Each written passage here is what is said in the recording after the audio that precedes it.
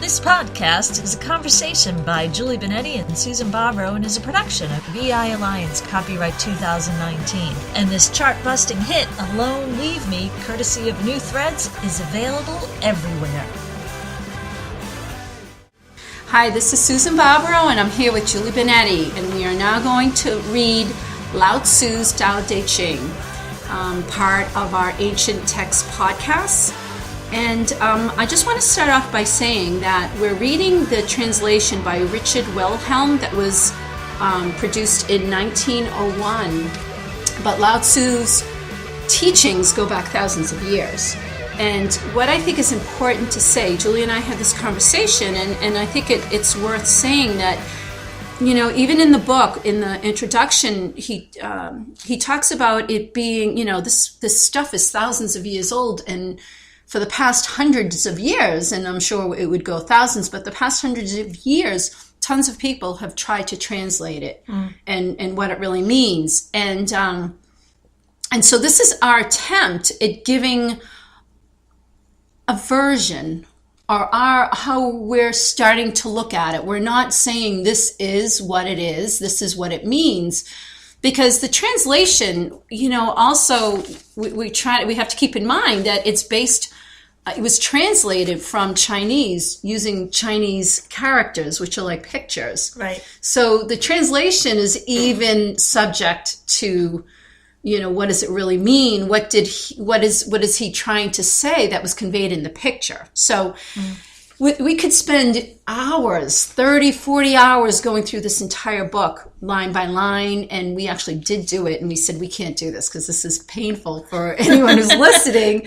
But, you know, the first part one, which is the Tao, and the very first, I'm calling them stanzas, is really the one that we're going to talk about because this is really the crux of the entire book. The book, I think, just takes this and then tries to translate what this first piece of it means. Right. And you can go into the history and the background of Lao Tzu and all of that. And I agree with you. A number of authors have rewritten it, which I never quite understand because I like the direct translation as far back as you can go of what it is. Why would you rewrite his words for today's meaning? So if you differ from his translation, though. So they're not translating it from Chinese. They're translating the English into their own meaning, which to me doesn't make sense sometimes, and that's not what we're doing. We're having a conversation about the energy of this. Mm-hmm. And so we're going to start with the first, like you say, stanza, and it's part one, Tao. And the first one is, the Tao that can be expressed is not the eternal Tao. The name that can be named is not the eternal name. Non-existence I call the beginning of heaven and earth. Existence I call the mother of individual beings. Therefore does the direction towards non-existence lead to the sight of the miraculous essence. The direction towards existence to the sight of spatial limitations. Both are one in origin and different only in name. In its unity, it is called the secret. The secret, still deeper secret, is the gateway through which all miracles emerge. Okay, so the one thing I want to say before we go into it is, even in this one stanza, I can see a direct correlation to acupuncture. I can see a direct correlation to, I should have written it down, is the Kabbalah. And I can also see a direct relation to what's the Kabbalah going back and forth in the Bible. It's just so, not that I'm not saying this was a translation of any of those works, but I can see a correlation between all three of them, which is basically trying to access that which we can't describe, which is the Tao. Right. And the funny thing about that is there isn't a huge correlation to science because science names everything. And determines everything with its name, its structure, and who it belongs to and what it belongs to, and it divides it almost out of the Tao, which is an odd thing to say. Well, it's because the Tao is still the Tao. It's there.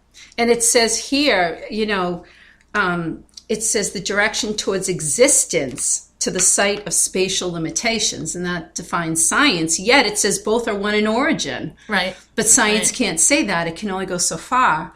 And what I find really interesting if we go through this is there's two parts of it. One's the Tao and the other is the Te, right? Mm-hmm. And as I go through the Tao, the verses in there, I can understand them. When I say understand them, I don't mean I'm going to sit here and translate them. I mean, I get the energy of them. It's very much about living in both, mm-hmm. that you are, you are here as a human. And I also counted throughout the whole book, 22 stanzas, he refers to a man of calling. And I thought that was interesting. So I said, so this is the man of calling. And it's interesting because one of the things that I asked is how would we define a man of calling today?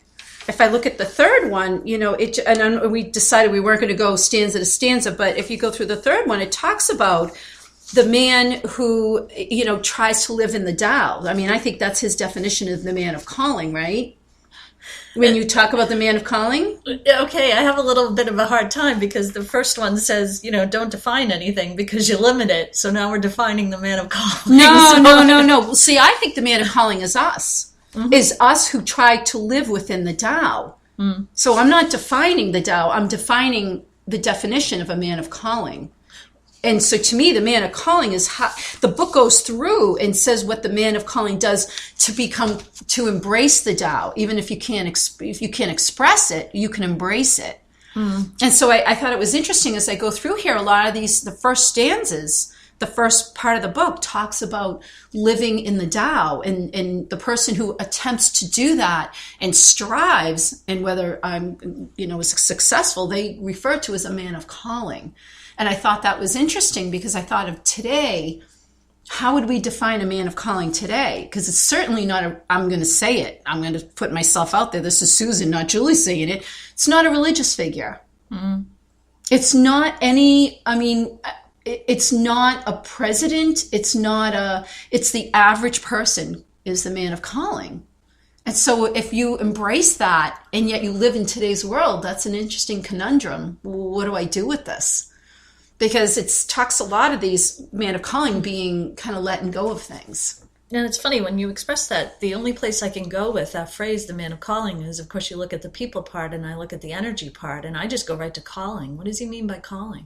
Mm. Are you calling out for an answer? Are you looking for an expression? Are you looking for an energy, a vibration, the secret? Quote unquote. So when you express the man of calling, it's interesting. I don't go right away to the man. I just kind of push that aside and go to the calling part. And if you feel that expression of having a calling, mm-hmm. of having a passion, of wanting to express yourself, of being limitless, I mean, that takes you right into the Tao. Well, I would go to, that was his word. That's Wilhelm's word. Mm-hmm. And this is when, if anyone out there wants to help us and speaks Chinese and can look at the pictures, that would be such an awesome ability to have. I don't have that. I wish I did.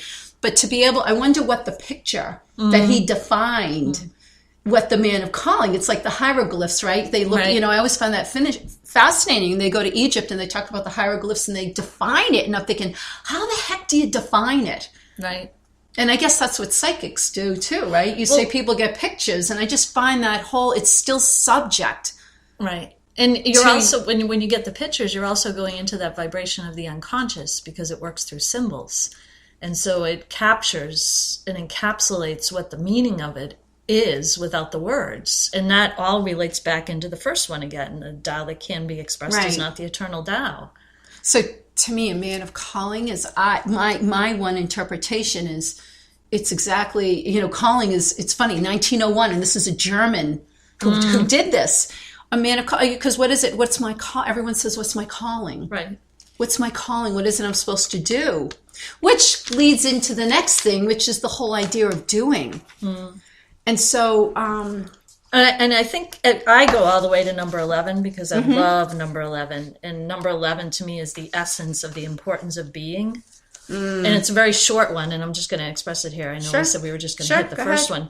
30 spokes surround the hub. In their nothingness consists the carriage's effectiveness. One hollows the clay and shapes it into pots. In its nothingness consists the pot's effectiveness. One cuts out doors and windows to make the chamber. In their nothingness consists the chamber's effectiveness. Therefore, what exists serves for possession. What does not exist serves for effectiveness. Mm-hmm. That's a beautiful passage because it says what's not defined is actually more important, if I'm going to even give that the term, than what is defined. Which, and again, to add to that, on stanza 14, I'm only going to read the first couple lines because it's exactly what you said. It says, one looks for it, it does not see it. Its name is seed. One listens for it and does not hear it. Its name is subtle. One reaches for it and does not feel it. Its name is small. These three cannot be separated. Therefore, intermingled, they form the one. And it goes on, and it says exactly what I think you say. What you look for it, and when you try to feel it and use your senses, using your five senses, it escapes you. Right.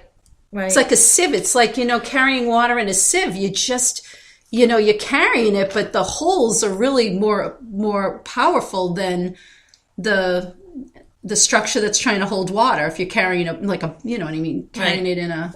Yet you would, you look into a vase and, it's empty and there's nothing in it. If there are no flowers, you think, oh, that's the nothingness, oh, who cares? But yet that's the most important part because it holds the flowers. And yet that says a lot about ourselves and also how we exist in and with and as the Tao. Which is beautiful. And, as an acupuncturist, I remember, the biggest thing is people trying to figure out how acupuncture works. Everyone wants to figure out and define it. And there is a school of thought that it works through the fascia, which is really the interconnected tissues of the body. Which no one really, that's kind of the who cares about stuff, right? They look at the muscles and the bones and the tendons and ligament and all that, but no one cares about the fascia. It's like the wrap. No one cares about it. And yet, acupuncture does work. And so one would think that the part that you're kind of discarding, there's something in it that, wait a minute, you missed the boat. But yet, if you go to Lao Tzu, that supports it. That's funny because in Japan, they wrap up packages and omiyagi, things that you give to each other. And there's an expectation and there's a big practice of giving and receiving. And the wrapping is very important. The wrapping of it is important. Of course, it's what's inside, but the wrapping is very important. Rip it apart. It's, it's almost like doing, ikebana, where you putting, setting up flowers and things like that. There's an importance to it, like drinking tea.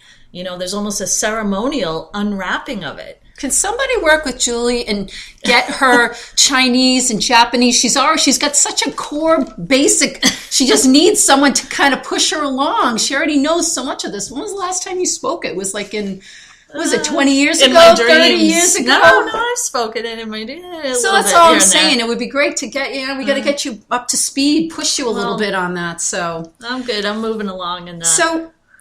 So we can go on and on because there's so many pieces of this that completely goes back to, and the reason why we decided to do just the first stanza is because the first stanza really, it's funny because that could be the book and period, end, and stop. That's it.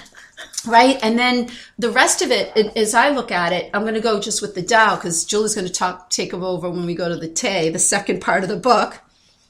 It says it all. And it seems like as it goes on, when I think about, again, the man of calling, it keeps saying it's that way of, because like the Yellow Emperor and some of the old, they we know that information got passed down through story. So, of course, I would think that the man of calling is giving, quote, stories to try to help teach us, the people that follow afterwards that are reading this and trying to make sense of it. It's almost saying the man of calling is like us, like what you can do to work better within the Tao, not to define it. The man of calling was set up to define it, but to work towards it. Because how the heck do you tell someone to work towards something that you can't even define? I always love that. That's like a joke. Oh, come on, where are we going? Doesn't matter. What? Where are you going? I don't know. Well, how do we get there? I don't know, but just go there. What? And so that's interesting. It's funny because the man of calling is not represented in each one. So I never truly focus on the man of calling. When it comes in, it's almost like an abrupt, oh, that's right, there's a people part to this. Yet the energy of it is just so clear and so huge as to the vibration of just, the uniformity and the ever-present Tao. And to be a part of it is not to, define yourself. So the one part that I hear you and I understand, I read it, I can feel the energy of it. And then, of course, I go down to how do you practice it? And it's funny because there's certain stanzas that there's one that and this is the other one I'm going to go, it's number 30. So I don't even know if I'm trying not to go one by one because we'll be here forever. But on 30, as I said, I've been starting to work with horses, right? Mm-hmm. And when I read this 30, it talks really about conquering without force. There's a way of conquering without force. Mm. And if I read 30, and you guys can read it, I'm not going to take the time. And that's the epitome of Tai Chi. So you mentioned that's the flow of movement. And when something comes at you, again, that's a science principle. We have in one of our books, we talked about when something comes at you, you can move to the side or you can, move with it and use the energy of it yourself rather than pushing against it, which takes a lot more force on your part. Mm. And I just, when I read through this and I think of the man of calling, because it's interesting because it talks about what occurred, again, I'm going to say it, that, thousands of years ago, it was written for that time frame. There was a lot of warring states and the emperor, there was so many, and not that we don't live with that now, but, we don't live, many of us don't live out in the fjords and have an emperor that we, many of us, right? Many. I mean, so I always look at it as terms of today. And that's why I think of a man of calling. Like, I think I'm not trying to redefine this. I'm trying to say, how would I bring this to today's world? Especially now, with everything going on with, and I don't want to turn that into that because, in terms of what's going on today and how do we enforce this or bring it to light. But I think to go back and revisit it is really an important part of it. Well, it's a practice and expression of it going cellular and being, a part of who you are as you become a part of the Tao, because you're always a part of the Tao, but that awareness of it. And number 30, when you pick that one out that you just read a little bit of, if you're in the Tao, you're existing there with others. Mm-hmm. So the focus on, the man of calling and that powerful persuasion of your passion and what it is you want to do. Of course, it's a subset and it's connected to the Tao. So I think the expression of it helps in the expression of, the personality and personifying the expression of it. Yet I don't think it's something to focus on because that can also take you out of the Tao, because the minute you individualize something, you're out of the whole uniformity of it. The whole essence and expansion of it. That right there, what you just said, I think is just beautiful. And it's like very powerful. The minute you individualize, you lose it. People talk about meditation and mindfulness and everything else. And I will use myself, and when I talk about like the horses, the minute I get in and I see it's a horse and I'm a human being, then I go into the whole horse, the equine human structure. Well, the minute I go into we're all energy, and I'm going to use the horse because this is a brand new experience to me. But you could use this with people. You can use this, and this is what I love about when I'm working with them is it reflects on everything. The minute you go into we're all one, we're all acting upon that same force, even if we can't define it. And I always laugh because we can't define ghosts. You ask someone what a ghost is, and everyone has different ideas, but we can't really define it. We talk about psychic phenomena. We talk about all these things. We can't define it, right? Mm-hmm. And then we're going to go to a higher source that goes beyond all of that and try to define it. You can't. We can't even define a part of it. How the hell are we going to go and try to define all of it? But what you said is if you somehow just know it and you stay with it. And, oftentimes that can be difficult because if you extricate, when you're manipulated or extricated by your thoughts or your feelings to express that individuality from the standpoint of, oh, I'm not like this person, I'm not like that person. I mean, then we get into the whole thing about fitting in, which we're not talking about.